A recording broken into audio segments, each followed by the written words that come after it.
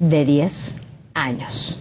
Y para platicar y continuar con este tema, saludo al contador Miguel Ángel Silva Pedrosa, quien es presidente de la Comisión Técnica de Seguridad Social del Colegio de Contadores Públicos de México. ¿Cómo está? Muy buenas noches. Muy buenas noches, Sofía. Un gusto saludarte y también a tu audiencia. Gracias. Bueno, pues había al inicio, y cuando se dio a conocer este tema, mucha gente se preocupó y en automático empezó a hablar, ¿no?, a sus afores. Cuando, bueno, pues estás activa, o sea, estás activo, si estás trabajando, pues tu aportación se sigue dando, ¿no?, de manera automática, vaya. Cuando se habla de una inactividad es cuando no hay trabajo, ¿cierto? Sí, es correcto. De hecho, una excepción a la regla, como bien señalas, para que no se toquen los fondos que van aportándose a la Afore, es esa precisamente, cuando el trabajador tiene una relación laboral activa, esos fondos no se transfieren, porque efectivamente están recibiendo aportaciones continuas, tanto por la parte patronal como de los trabajadores y también del Estado.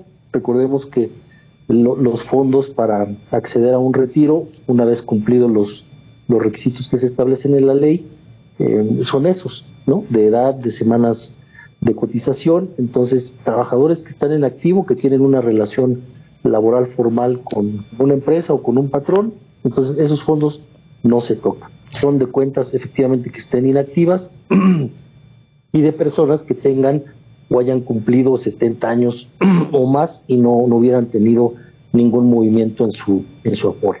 O incluso también, ¿qué pasa con aquellas cuentas que, bueno, pues en algún momento cuando no había trabajo, algunas personas que no lo tenían, pues recurrieron justamente a su Afore y podían retirar, ¿no? Podían retirar hasta un máximo de porcentaje esas cuentas, aunque en algún momento o incluso por el momento no se han estado alimentando por no contar con un trabajo, pues ese retiro habla de una actividad, ¿cierto? Sí, correcto. Es uno de los beneficios que tiene la ley del Seguro Social y también de las administradoras de fondos para el retiro. Es un tipo seguro de desempleo o es un retiro parcial a cuenta del retiro total una vez que ya la persona se pensione. Entonces, si tiene ese tipo de movimientos o incluso aportaciones voluntarias o algún tipo de esquema de aseguramiento particular, la continuación voluntaria en el régimen obligatorio, que conocemos como modalidad 40, o que la persona esté haciendo algún tipo de ahorro por cuenta propia, son cuentas que están o tienen movimiento. Entonces, en principio y en final de cuentas no tendrían por qué tomarse esos recursos para aportar esas cantidades que servirán para financiar el fondo de pensiones del bienestar. Y la otra también, el requisito de la edad, o sea, son personas que tengan 70 años y que también las cuentas no hayan estado activas. Entonces, en esos casos y cumpliendo esas reglas, se toman los fondos para ir nutriendo este fondo que se le ha conocido como fondo semilla, para que las personas puedan complementar su pensión una vez reunidos los requisitos y alcancen ese 100% de un promedio salarial nacional. Es decir, no tanto el último salario. Sí, no es que si ganas 20,000, ¿no? Que si ganas 20,000 vas a salir con esos 20,000 pesos 100%. Es con este salario que justo señalan que no es más allá de poco más de 17,000 pesos, ¿no? Así es, porque ese es el promedio salarial nacional que se determinó una vez que se promulgó la modificación al artículo 302 de la Ley del Seguro Social el 30 de abril pasado. Entonces se hizo ese corte y el promedio salarial nacional es de esos 16,777 pesos. Así es. Ahora, bueno, ya se dio, ¿no? Finalmente ya arrancó esto que se dio a conocer, esta propuesta que hizo el presidente López Obrador. Lo que viene es alimentar este fondo, ¿no? Lo que viene es que se siga alimentando este fondo, independientemente de las cuentas inactivas. Ya se verá justamente en este nuevo presupuesto para el próximo año, en donde empiecen a alimentar este fondo para que nunca se quede vacío. Correcto, hasta el momento inició con estas aportaciones que acabamos de comentar, pero hacia el futuro el reto es ese, porque finalmente es una fuente de financiamiento para complementar esas pensiones de personas que, pues como todos, iremos cumpliendo años, iremos envejeciendo, cumpliendo requisitos para pensionarnos. Entonces, si no hay esa continuidad o esas aportaciones de manera recurrente, ese fondo es finito. Entonces llegará el momento en el que se acabe, y hablamos de un promedio de 8 o 10 años, que de no recibir esos recursos de manera frecuente se van a acabar. Entonces, una parte, como bien señalas, y habrá que estar muy al pendiente en el presupuesto de egresos que se revise y se apruebe este año para los gastos del Estado del siguiente año. Habrá que ver si hay alguna partida presupuestaria que se asigne precisamente al financiamiento de este complemento al Fondo de Pensiones del Bienestar.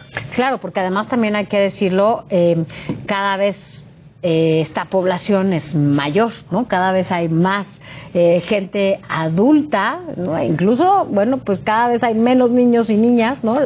Ya no hay tantos como antes, y la población adulta cada vez es mayor, y quien piensa en jubilarse y tener, pues finalmente, esta posibilidad de tener una jubilación, pues son más y más.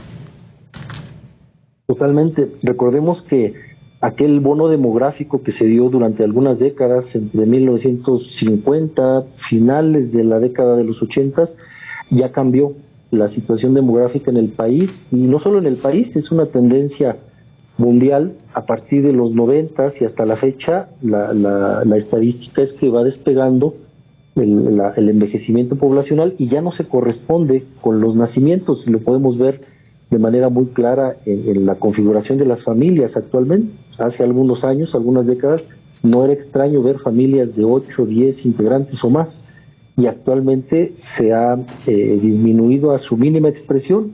Ya los nacimientos no son como hace algunas décadas, y a esa relación entre envejecimiento poblacional, nacimientos, incorporación a una economía formalmente reconocida, pues ya dejó hace varias décadas de existir. Entonces ya no está correspondido ese envejecimiento con nuevos nacimientos, con personas que se incorporaban a una economía, que pagaban impuestos, que estaban en un esquema de aseguramiento, que aportaban para un fondo de pensiones común, donde todos aportaban para las pensiones de todos, y por eso es que se dio aquella reforma de 1997, y esto que vivimos con la reforma del Fondo de Pensiones para el Bienestar es consecuencia de aquella reforma que se dio en 1997. En ese relato que les hago de la desaparición o adelgazamiento del bono demográfico, tendríamos que remontarnos a aquellas épocas, ¿no? Hablamos ya de un poquito más de 25 años, casi 30 años, ¿no? Que empezó a cambiar esa tendencia en la situación demográfica, no solo de México, lo decía también. Sí, en general, ¿no? En el mundo. Así es, están privilegiando otras cosas, ¿no? Antes que bueno, pues que haya más nacimientos en el mundo, y bueno, pues en nuestro país igual, porque evidentemente, pues la vida, la situación, las circunstancias, pues son otras, no tienen nada que ver. Ahora, ¿qué es lo recomendable, sobre todo para quienes, bueno, pues no quieran jubilarse con estos 16,000 pesos, ¿no? Aportar más también te da la posibilidad de tener más recursos en tu jubilación. Sí, es una de las opciones que está prevista en la ley bajo el esquema de a quienes les aplica esta reforma. Es decir, yo les mencionaba de la reforma del 97, a partir del segundo semestre ya se migró de un esquema de beneficio definido a un esquema de individualización de cuentas o capitalización individual, donde ya el principal responsable para el financiamiento de su pensión es el trabajador, traducido en ahorro en una cuenta de ahorro para el retiro, en el caso de México, pues a través de las AFORES. Un esquema que ayuda a mejorar esa futura pensión o esa tasa de reemplazo es precisamente el ahorro voluntario, las aportaciones voluntarias, ya sea a través del esquema de las AFORE o a través de algún otro esquema de ahorro o de inversión que tenga la persona. Entonces, me parece que algo que podría funcionar o funciona bastante bien es combinar el esquema mandatorio, el que ya está establecido en la ley, el que platicamos de las aportaciones que hacen empresas, trabajadores y el Estado a estas administradoras de fondos para el retiro, y también tener en paralelo un plan personal de retiro. con instituciones privadas, con aseguradoras, con sociedades de inversión, donde la persona pueda hacer esa combinación del ahorro que está legalmente establecido, más un adicional que tenga para hacer ese complemento, y al momento de llegar a esa etapa del retiro, pues tener esas dos fuentes de ingreso y lo que conocemos como tasa de retorno, tasa de retiro, que finalmente es el ingreso que va a recibir la persona ya como pensionado, pues no se vea tan disminuido del salario que recibía, ahora sí, en su vida laboral activa como trabajador asalariado. Hablábamos de los 20,000 pesos, por dar una cantidad. Entonces, que esos 20,000 que recibía en su vida laboral activa como asalariado, pues no disminuyan tanto, ¿no? Entonces, a esa proporción entre salario e ingreso como pensión se le conoce como tasa de retorno. Y ese es uno de los grandes retos, no solo del sistema de pensiones en México, en general, en el mundo, es el nodo alrededor del que giran cualquier otro tema relacionado con pensiones. Así es. Bueno, pues por lo pronto veremos cómo transita, ¿no? Y también veremos cuánto se tendrá que destinar ya ahora sí año con año, por lo pronto en el presupuesto pues que se lleva a cabo. Ya será el primer presupuesto de la próxima administración, que arranca ya en octubre, y con ello, bueno, pues así en adelante. Por lo pronto, gracias, contador, por haber estado con nosotros. Al contrario, Sofía, un gusto haber estado con ustedes. Gracias igualmente. Buenas noches. Vámonos a más temas.